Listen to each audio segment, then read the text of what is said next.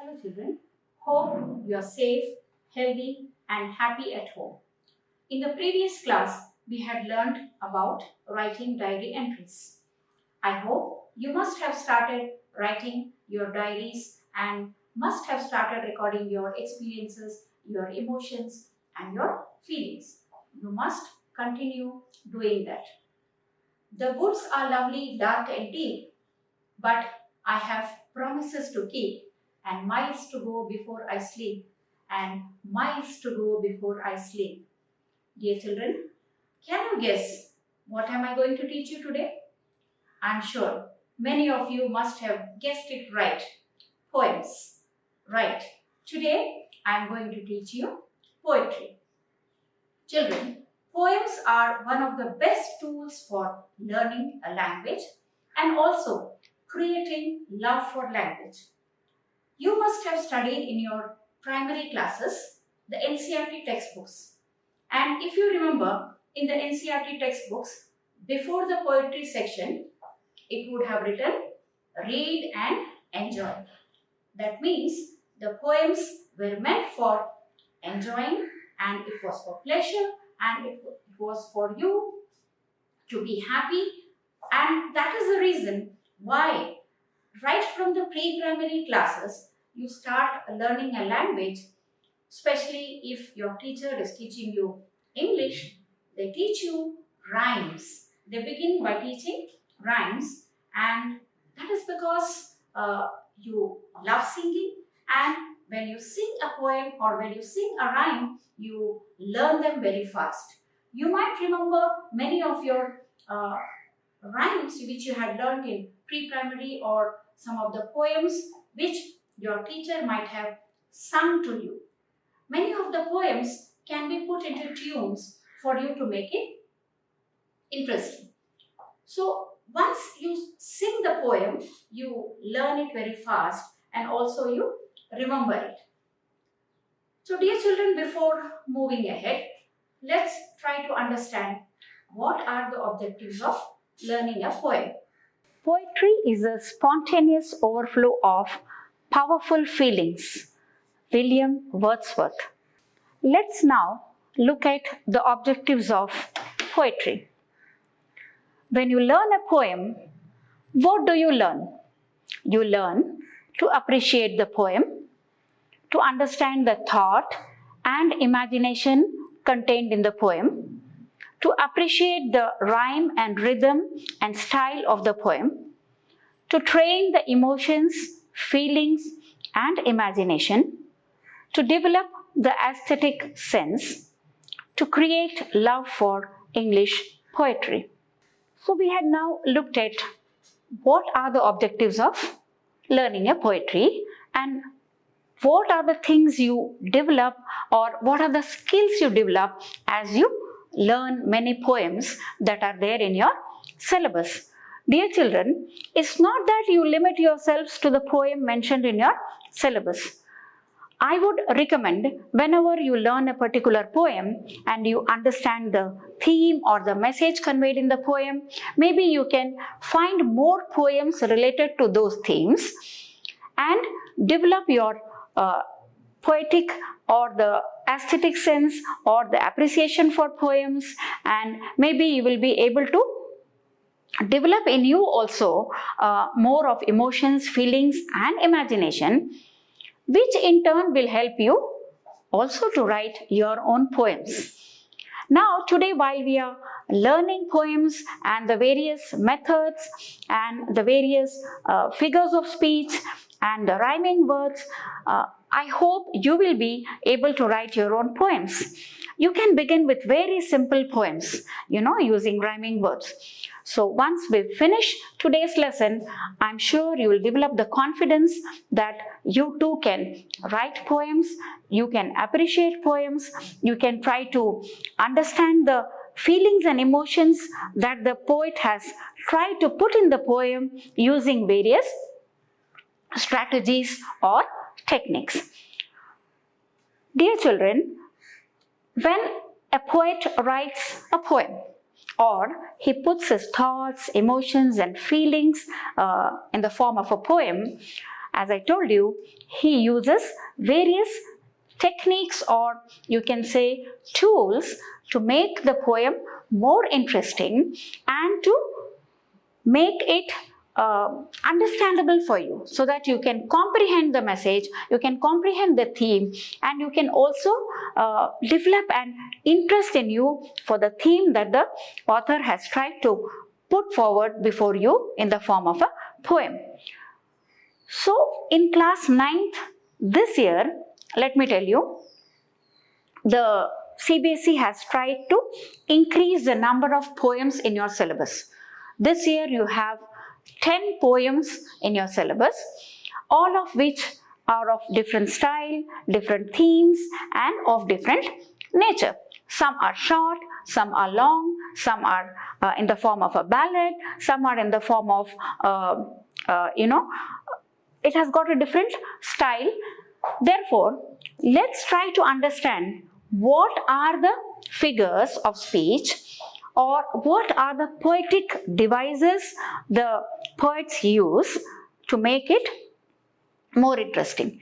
And in order to understand the poem well, we need to know these figures of speech and understand them. And while we are reading the poems at home, try to figure out the poetic devices used by the poet to make the poem more interesting for you to read. So now let's look at the figures of speech which are used by poets while writing poems and try to understand them. Children, though there are many figures of speech, but I have chosen only those figures of speech which you need to understand for classes 9th and also for class 10th, which have been used in the poetry section of your syllabus. So we'll be looking at some of the figures of speech which are often there in the poems, and you need to answer the questions sometimes based on the figures of speech. So the first figure of speech is simile. A simile is a comparison between two unlike things using the words like or as. When the poet compares two things in a poem or in a particular line or lines of the poem, when you see a comparison between two things and the poet has used like or as.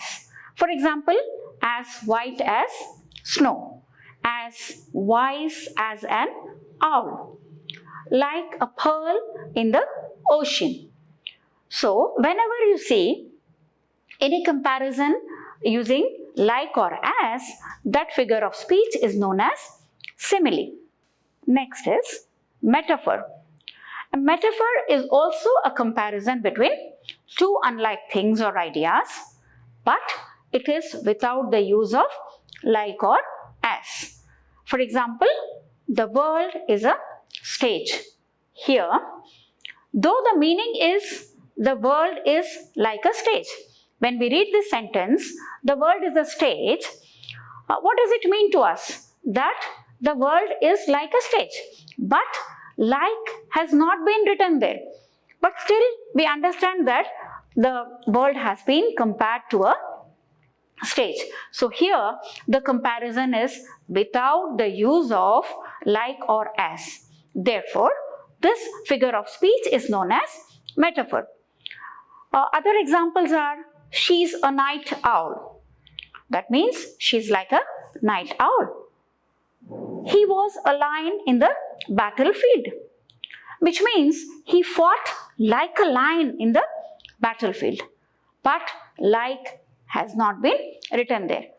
So children, metaphor is a comparison without the use of like or as.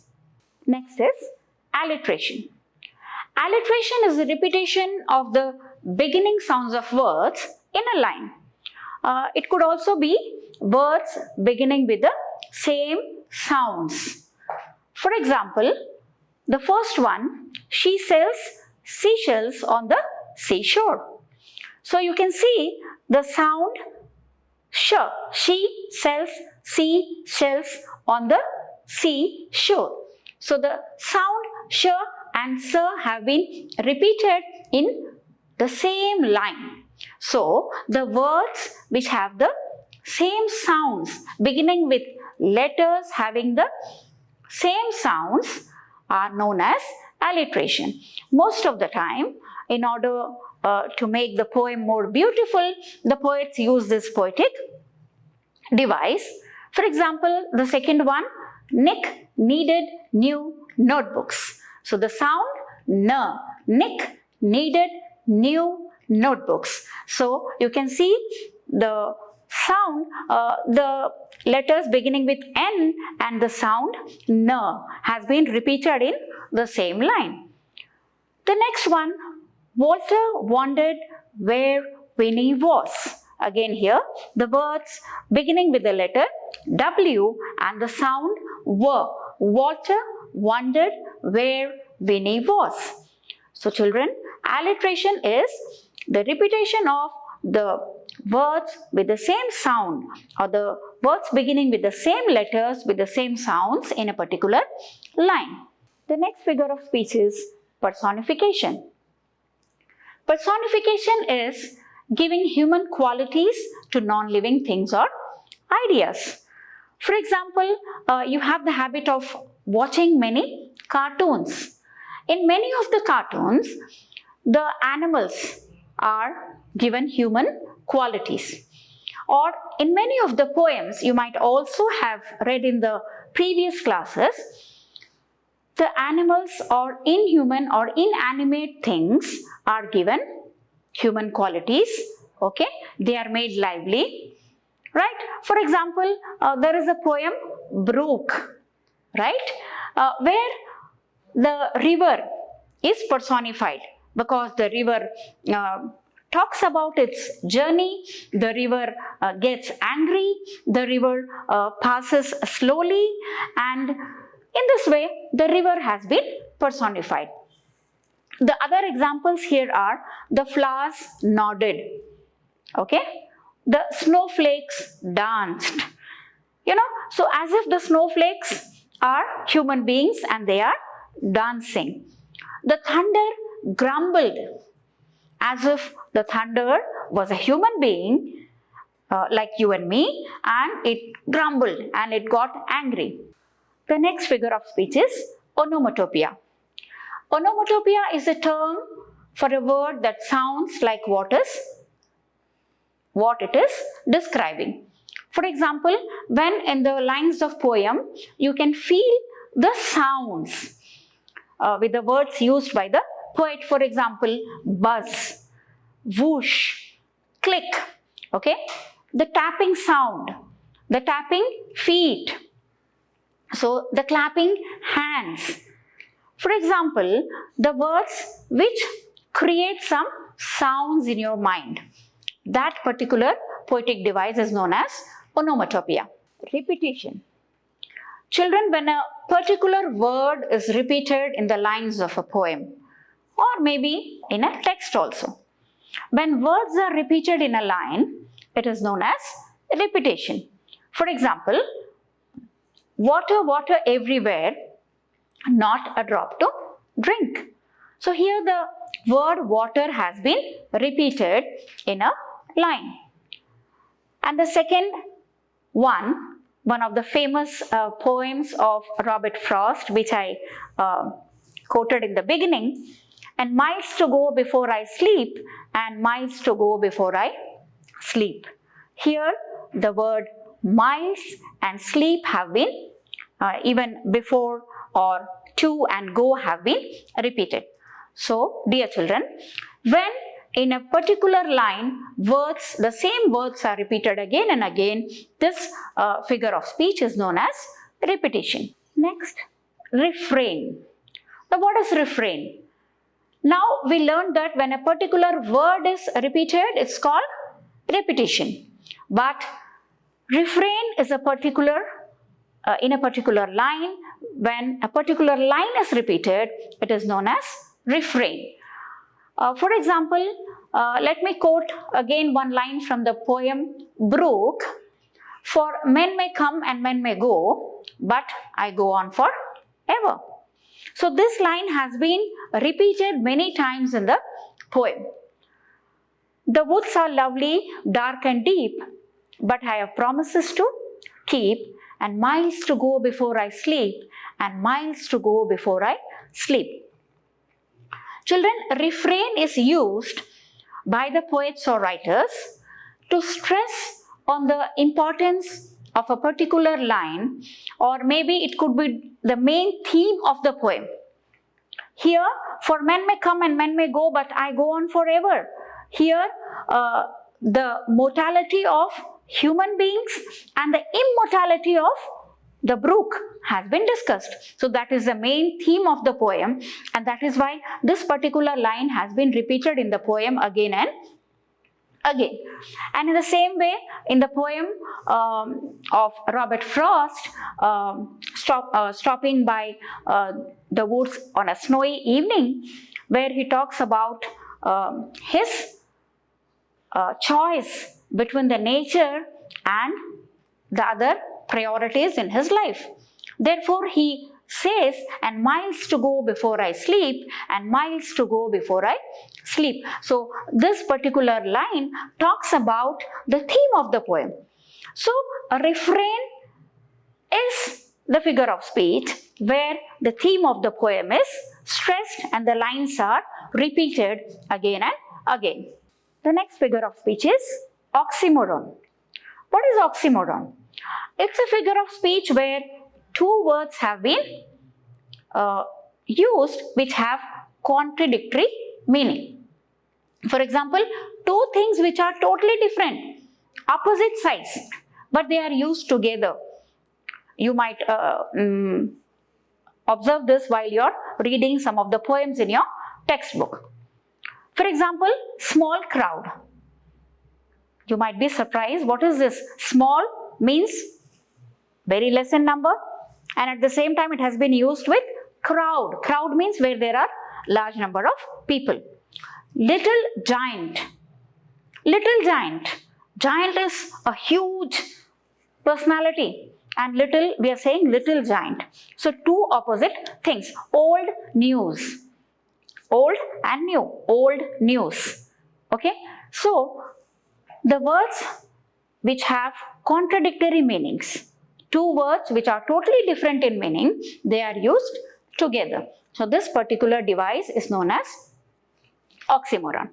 And imagery. Children, this is very interesting figure of speech which the poet uses to make the poem more lively. You know, he uses lot of words which creates pictures in your minds. So imagery makes use of particular words that create a visual representation of ideas in our minds.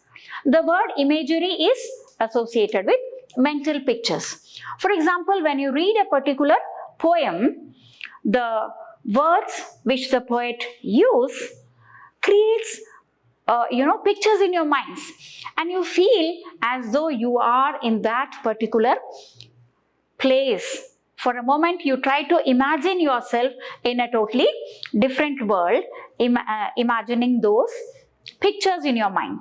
For example, it was dark and dim in the forest. So immediately the picture of a forest at night comes to your mind, that you imagine what would happen when it is too dark in a forest. Okay. So the words dark and dim are visual images. Dark means immediately the darkness comes to your mind. Then one more example has been given here. The fresh and juicy orange is very cold and sweet. Juicy and sweet, when associated with oranges, have an effect on our sense of taste or gustatory sense. For example, the moment you read the word juicy and sweet, you know, the picture of oranges come to your mind, the picture of orange juice that is there in your fridge might come to your mind. Okay, so you're able to imagine that. So it makes the poem more lively with lot of pictures in your mind. The next figure of speech which I have taken for you today is irony.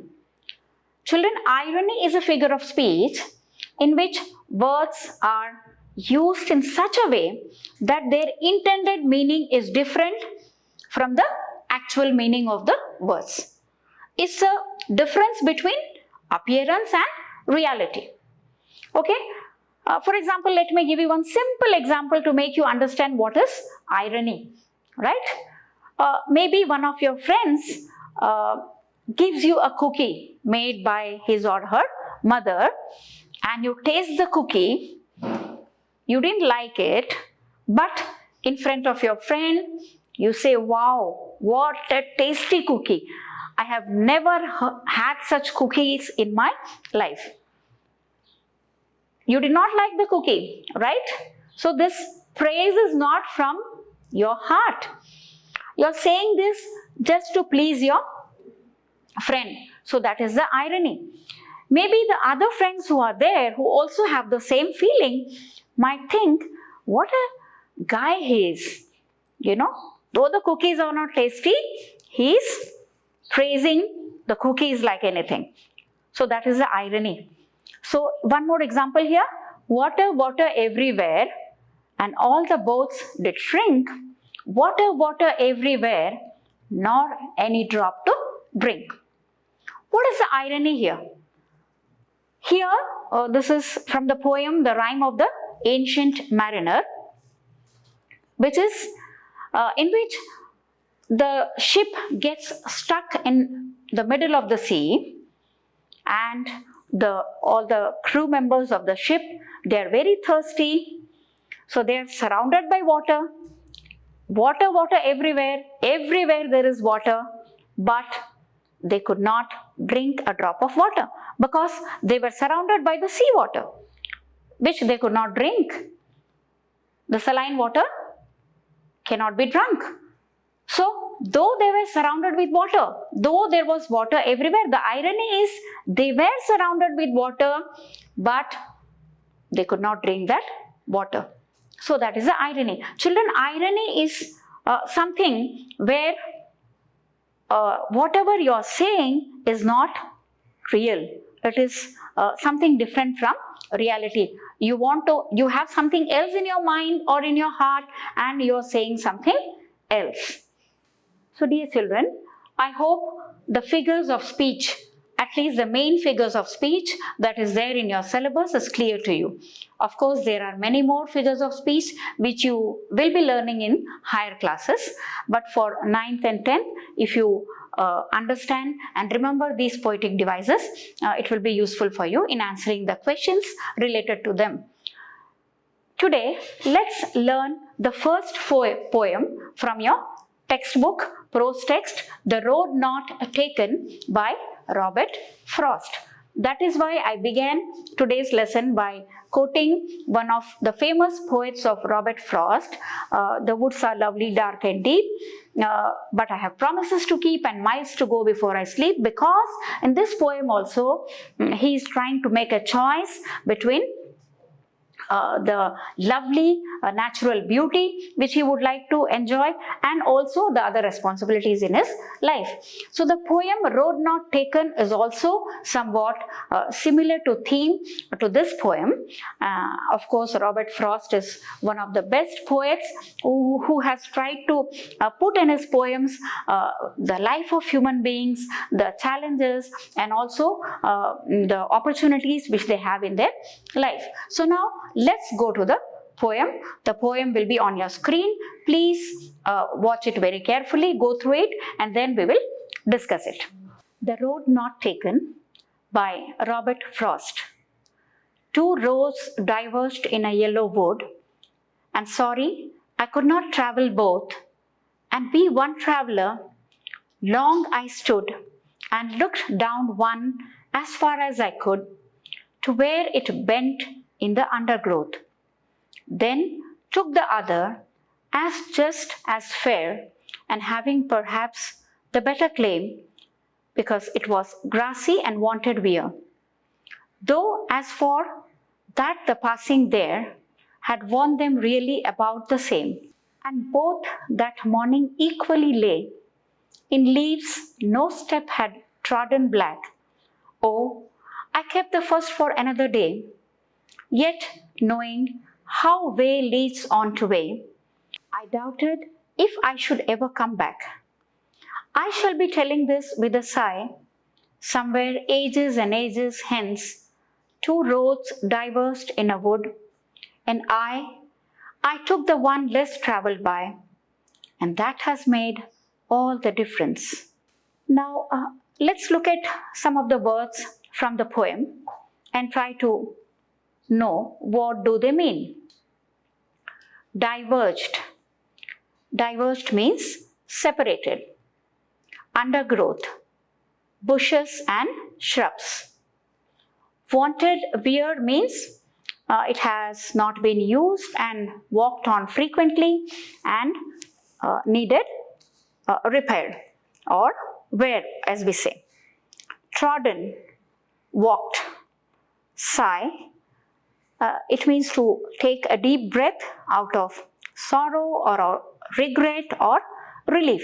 We say a sigh of relief. So children, you just watched this poem on your screen by Robert Frost. Let's go stanza by stanza and try to understand the poem. The first stanza, let me tell you children, Robert Frost has put forth the ideas of the choices made by human beings in their life in a very beautiful manner in this poem. Though here he talks of roads, but roads here represents the various choices or the opportunities which we get in our life and the choices we need to make. Okay. Two roads diverged in a yellow wood, and sorry I could not travel both. Here yellow wood. Wood here means forest, and the season is of autumn, where the trees shed their leaf and the green leaves have become yellow. So the forest with trees with yellow leaves. So once when the poet was traveling, and he came across a yellow wood where he found two roads diverged, that means separated in two different directions. And since he was a single traveler, so he could not take both the roads at a time. So he stood there and tried to look at both the roads and till where it had bent in the undergrowth. Undergrowth means we had seen it is thick growth of bushes and shrubs. Okay. So in the forest we see that sometimes when people don't walk on that particular road for maybe for some time, so bushes and shrubs start growing, and before you walk you need to clear them. So he saw both the roads, and then what did he decide to do? It was for him to decide now which road he need to take. So he took the other road, right? And he thought it was better than the first one because it was grassy and wanted wear. So actually people keep walking through the forest, and though he had seen that people walk that road, but still it wanted grassy and it need to be made it maybe by cutting away the grasses and shrubs and making the road clear for people to walk.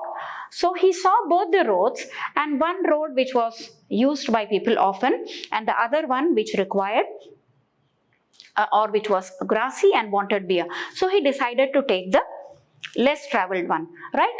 Because there are people who would like to take challenges, who would like to go on adventures, right?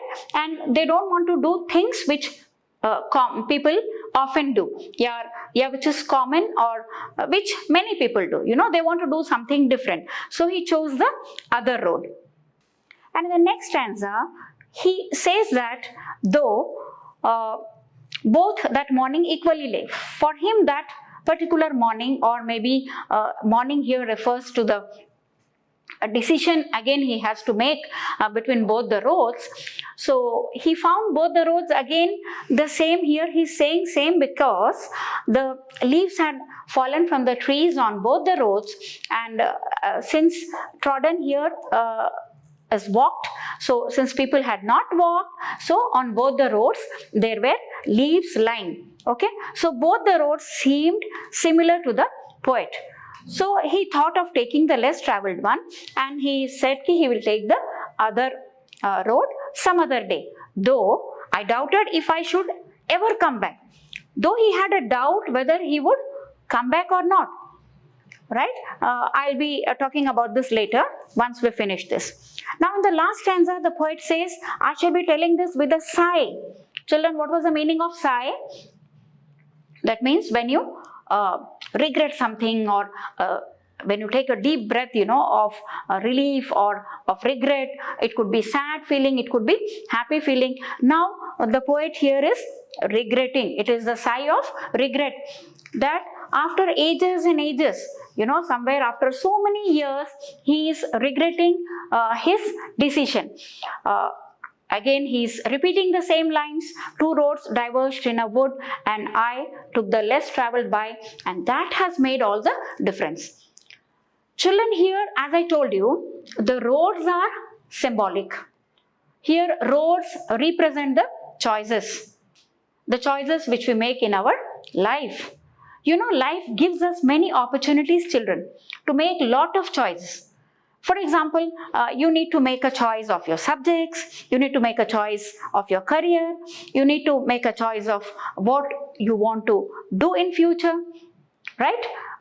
You need to choose between lot of things. Even at home, you have a chance to make choices between so many things. Therefore, the poet here is trying to tell us, or give us the message, that when we are making choices in our life, we should be very careful, and we should make choices, and it should not be in such a way that we regret it later on, right?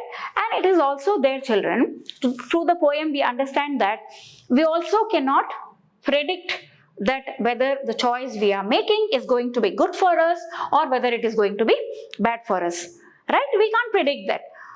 So we make choice, but we need to take proper care to make the choice so that we don't regret it later. So, and though we know that maybe sometimes the choice which we are making is going to be full of challenges, okay? And then when we start walking on a particular path, many other paths might open, many other roads might open, many other choices might be there before us, and we keep on moving and moving and moving ahead, and we never look back or try to come back, right?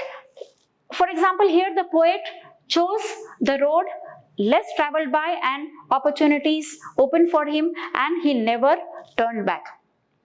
He could not come and take the other road. That is what he is regretting. So we don't know, maybe he tells this with a sigh, because maybe he might not have been successful in on the first road, or whatever choices he had made.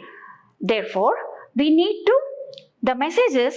to be very careful while we are making choices in our life. Okay, so we know that maybe sometimes we will not be able to come back once we have made a choice. So it's really the way we make choices, the way we make use of the opportunities which are there in front of us. So dear children, let me tell you that this year there has been a slight change in the questions which you get from the poem. For example, till now you were getting a stanza from the poem for comprehension, and you used to get 4 questions and 4 marks, 1 marks each. But this year there is a change. You will get extract, and you have a choice in that question number 7. It can be an extract from the poem and an extract from your text. So it is a choice for you, and you can answer any one question. So again, it carries 4 marks, but this time you will get 2 questions, 2 marks each of 4 marks, right? It will be very short answers, and therefore you must be prepared for that. And then also the questions which carries 2 marks, 10 marks is there for 5 questions in question number 8, and there also you will get at least 2 questions from your poems. So you need to learn the poems accordingly to be able to answer those questions. Now let's look at one type of question, maybe let's look at the first stanza and try to see what questions could be asked from them and try to answer them. Children, I have taken 4 questions from stanza 1. Maybe you can get any of these questions. As I told you, you are going to get 2 questions this year. So let's try to understand how to answer these questions. For example, what do the 2 roads symbolize? The 2 roads symbolize the choices that we make in our life. They talk about the opportunities which we get in our life and the choice which we make, right? So that would be the answer, and you can also write it in your own creative way, as I have been telling you in the previous classes also. Find a word from the extract which means the same as separated from one another. That word is diverged, right? Why could the poet not travel both the roads? Here the answer would be, the poet could not travel both the roads because he was a single traveler, and being a single traveler, he could not travel both the roads at a time, so he had to make a choice between any one of the 2 roads. And the last question is, which figure of speech has been used in the first stanza, or maybe sometimes they can ask you the above stanza when it is in your question paper. So if we see in the first stanza, it talks about 2 roads diverged in a yellow wood. So here the figure of speech is metaphor, right? The roads have been compared to the opportunities or choices in life. Okay, and also there is imagery in the first 4 lines, also in the other parts, but here we are talking of the first 4 lines. The yellow wood, okay, the forest. So the moment you read the word the yellow wood, you know, the yellow leaves in the forest come to your mind. So there is imagery, there is metaphor, right? So you can also find out from the other lines of the poem from your textbook, and with a pencil you can write down, since now you know what are the figures of speech, so you can write down. So let me tell you children here that earlier you had only 1 marks question. Now since you have 2 questions of 2 marks, so maybe you have to write the answer in at least 30 to 40 words. That is why it is very important for you to understand the poem. So you have to read the poem again and again, try to understand the meanings of difficult words. With a pencil, write them down in your book and try to understand the theme of the poem, since now I have told you what is the theme and what the poet is trying to tell us, and what choices we make and how it makes a difference in our life. So you try to understand the theme so that you are able to answer the questions in your question paper very well. I hope you understood the poem well. So you read the poem again and also try to identify the figures of speech, and also you can do this for the other poems, maybe initially for the 4 or 5 poems. As I told you, you have 10 poems in your syllabus, so you can do it for at least 3 or 4 poems or 5 poems. You can try to read them, you can try to figure out the poetic devices and try to understand the poem, try to understand the beauty of the poem, appreciate it, and try to learn them in a better way. So dear children, hope today's lesson was useful to you. I hope you all will stay safe and stay healthy at home. Thank you.